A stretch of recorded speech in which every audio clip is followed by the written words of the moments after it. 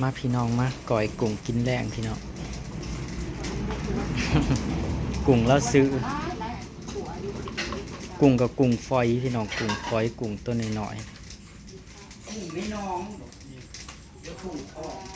สวัสดีเด้อพี่น้องแล้วก็นั่งจับไก่พี่น้องนั่งสิคั่วไก่ไว้เฮ็ดน้ำกระปุ่นมือบุญพี่น้องอีก3 มื้อกับบุญเลยเนาะพี่น้องเนาะ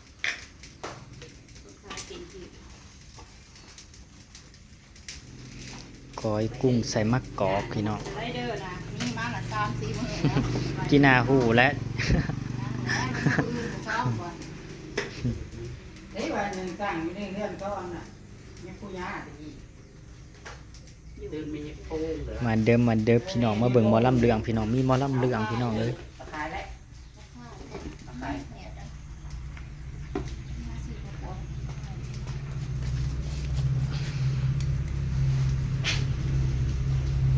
ตัวหน่อยแห้งเนาะหน่อยแห้งรีบเบิ่งแน่ก็ยังว่าจนบักตาบอกว่าอย่าล้างแห้ง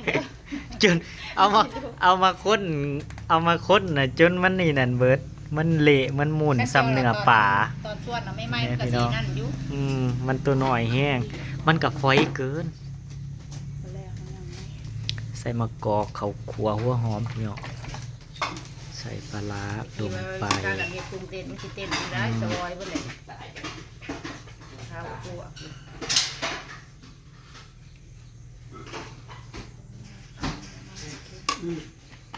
เอาบ่ได้ใส่ตุ่มพี่น้องอยู่ในหนองทุกครั้งบ่ได้ใส่ตุ่มต้อง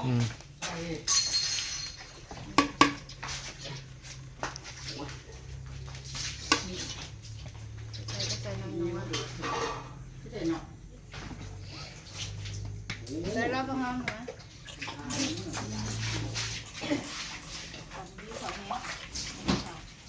กับข้าวจานเดียวอยู่แล้วเนาะมีแต่มาพักผ่อนนะกับพักผ่อนใส่ขันที่แบบไปพ่อผมมาพักผ่อนนี่แหละพักผ่อนอะไรนี่สบายพ่อหมดยาสีเค็มมาพักผ่อนแล้วครับได้เลยเพื่อนวันไปกินแล้ววันน่าจะได้กันขาไปเนาะขาสวยสัก5ทอดเค็มโคตรไก่ไว้2 ตัวไว้ให้นักพูดแต่ว่ามันพอดอกจะมาห้าพยายามจับแต่ละมือจับก็ได้ง่ายถ้าไม่ได้เขาทำก็เอา3มันเป็นเก็บใส่3 โตเอาไก่3 โตใส่มันจังสีเข้มข้น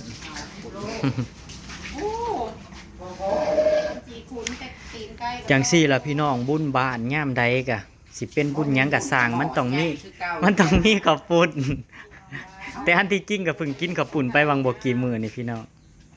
ข้าวปุ้นน่ะคือหลักจ้าข้าวปุ้นนี่คือแบบสิว่าจังได๋ว่าคืออาหารหลักแหละพี่น้องต้องข้าวปุ้น8 คนมาได้กินข้าวปุ้นแล้วก็แล้วแม่นเอาเมื่อกี้เนี่ยเอาเนื้อ1,000อ่ะเหลือบ่แม่นว่าหยังบ่ว่าเฮ็ดให้หมูกินได้หมูเฮ็ดมาหมูก็บ่กินให้กับบ่ค่อยกินแบบนี้เขากินกันแหละเจ้าหัวนี่บ่เอาหลายดอกตีข้างล่างจับเอาสิเก็บมากอกมาเมียนอยู่ต้นไม้กุ้งก้อยกุ้งเดี๋ยวมากุ้งบ่เฮ็ดซ้ำเด้อมีแต่ผักหอมเมนูก้อยผักหอมบ่คิดเป็นเจ้าตัวเองเด้อบ่ได้เอาไข่มาเจียวเนาะอุ้ยในโถแล้วเดี๋ยวเจอขอสิกินแล้วขอสิไปรถได้นี่ไปใส่ไอ้ซ่อมพอดไม่ได้บ้านไหนเซาพอดไม่ได้ซ้ำเลยไปซ่อมพอดนี่หลายคนนึงนี่ซ่อมพอดนี่ล่ะพี่น้องซ่อมพอดบอกไม่สิเอามาล่าเด้ว่าบอกไม่เสียมาล่าว่าใส่สุดงามๆมาแห่พี่น้องซ่อมผ่อนค่าเก่าของป้าจื้อแห่ขวัญเขาพี่น้องคือปีที่แล้วนะนั่งไปจุ่มบอกทำม้วนนะพ่อแล้วเนาะผสมใช่มันต้องรู้รสชาติกุ้งมันหน่อยเบิ่งแห่กุ้งเบิ่งพี่น้องกุ้งล่างนะว่าล่างมันหน่อยจักบาทนี่20 บาท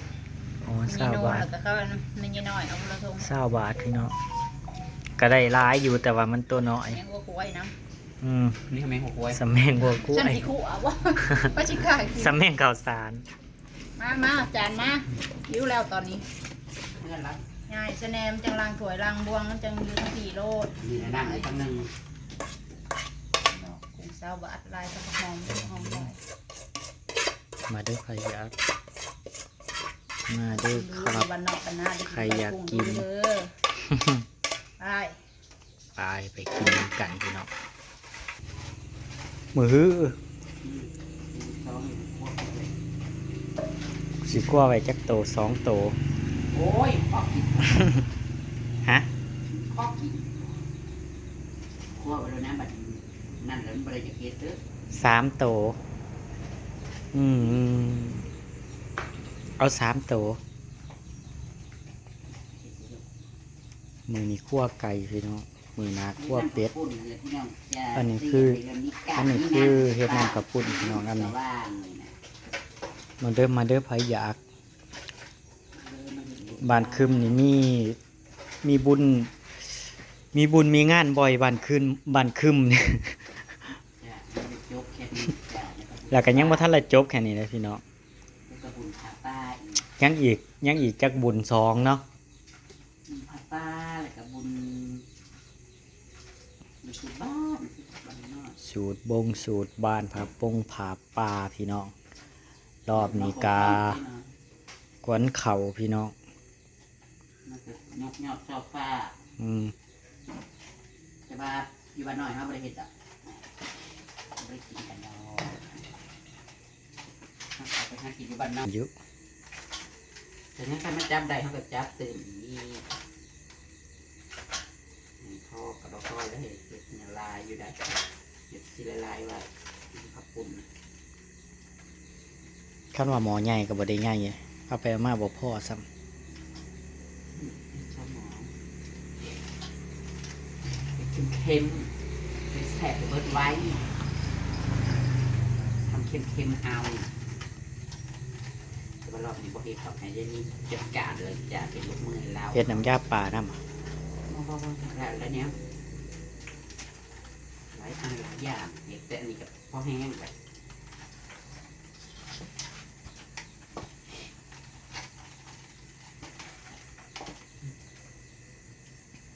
เดี๋ยวจะสิพาลงไปฟอนฟอนเนาะของขายค่ะกับมีมาหลายจุดร้านเติมเลยเด้อยู่วัด เขาสอบในสายสอบในวัดนะ บอเลยปั๊มน้ำมัน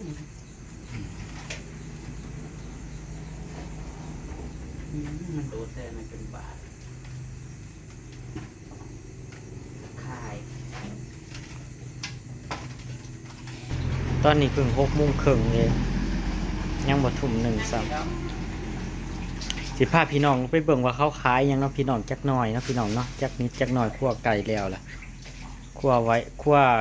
จับได้2โตพี่น้องนะจับได้2โตมา เอาไว้ส่ง สีใส่กะว่าสีใส่น้ำข้าวปุ้นสัก3โตพี่น้องแล้วก็ยังสิมีปลามาสมทบอยู่พี่น้องมีปลามาใส่น้ำใส่ปลากับไก่ผสมกันมันสิแบบมันสิแซ่บพี่น้องมันสิข้นแห้งแล้วก็ตีนไก่แล้วก็สิใส่เลือดน้ำพี่น้องอยากกินอยู่ แต่ข่อยคือสิงวดนี่ข่อยคือสิกินบ่ได้ข้าวปุ้นเสียดายเด้ เจ็บท้องพี่น้องเจ็บท้อง ไก่2 ตัว แล้วก็มืออื่นสิคั่วเป็ดไว้น้ำพี่น้องคั่วจัก3โตเอาไว้ปิ้งสุหมูกินเนาะพี่น้องเป็ดนี่คือ10 ปี มันคิดเอ็ดได้ตัวไว้ เอาคั่วไว้แบบไม่สิงาอักเอาใส่ตู้ฟิตไว้ จักโลนี่2โต หัว2 ลูก ฟิตไว้พี่น้องเราจะฟิตไว้ นี่จ้าใส่ซ่อมแข็งไว้พี่น้องส่วนนี้ก็ตีนไก่พี่น้องตีนไก่แฮมนี่แหละคุณ